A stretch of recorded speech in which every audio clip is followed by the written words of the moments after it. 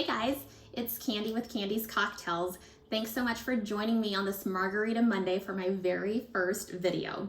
So today we're going to be making our classic margarita and then turning it into what is called a devil's margarita. I would describe it as really just a fancy looking margarita that's topped with a red wine floater.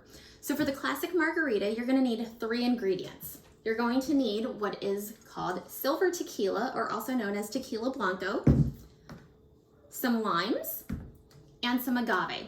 All you need for a good margarita. Now, I have already juiced my limes in advance, so I have some fresh lime juice. I always find that when making a margarita, fresh lime juice is best. Now, you're gonna need something to shake this up in. This is called a Boston shaker. If you have 2 cups at home, one larger, one smaller, that can fit right inside each other, that's gonna work perfect. If not, find a mason jar with a lid, a cup with a lid, anything that you can just get things shaking in. Okay, so because I'm gonna be making 2 variations of this drink, I'm gonna go ahead and double batch this. So I'm gonna start by filling my shaker with some ice. Sorry, I realized that was probably kind of loud.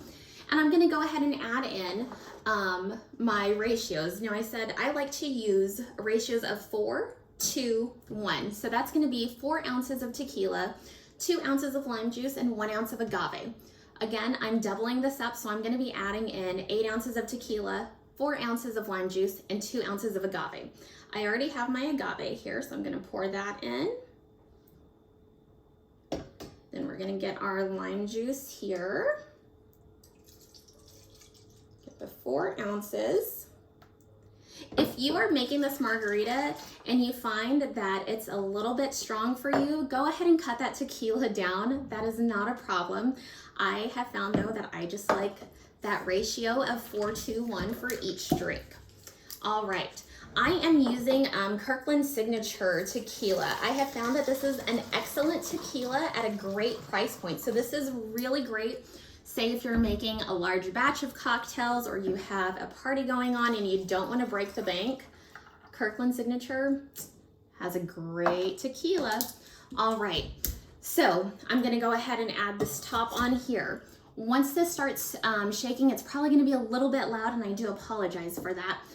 I like to shake my cocktails for at least 20 seconds. This just allows for proper dilution of the drink.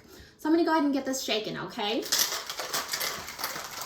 With my margaritas, I do like having salt on the rim. In order to go ahead and do that, I have prepared a plate that just has some kosher salt. That's all margarita salt is kosher salt. So you can just pour some on a plate. All right. Gotten that shaken up here. Okay. So before I add fresh ice into my cup here, I'm gonna go ahead and get a lime wedge. I've cut just a lime into simple wedges here, and we're just gonna rub that around our glass. This is gonna allow for that salt to stick on. Go ahead and set that aside. And we're gonna just dip our cup right into the plate here. All right. I always like a little salt on my margaritas.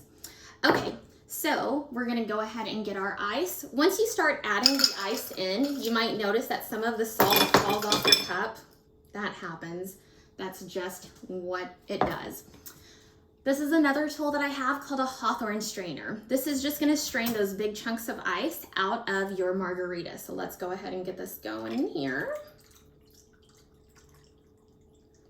All right, and ta-da, you have your classic margarita. Now, I did say that we would turn this into a fancy margarita by turning it into a devil's margarita, which is your classic margarita with a red wine floater. To give it that fancier feel, I like to serve it in a martini glass. For my red wine, I like to use a red blend. I find that the flavors of the red blend are just a little more compatible with the margarita. You're also going to need a spoon and then a little measuring device just to measure out 1 ounce of the red wine. So I'm gonna go ahead and pour some of my margarita into my martini glass. Okay, now the fun part. So with the floating, sometimes this works extremely well. Other times it's more like a floating fail, but that's okay. It's still gonna taste great, even if the float doesn't work as it should. So I measure out the 1 ounce of my red wine.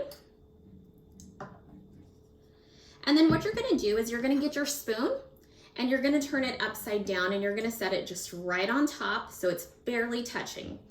Then you're gonna grab your 1 ounce of red wine and slowly pour it over the top here. There we go. And all right, looks like it worked out well today. So you have your Devil's Margarita, classic margarita with a red wine floater, or if you just prefer the standard classic margarita, either way, cheers, and always remember, drink responsibly.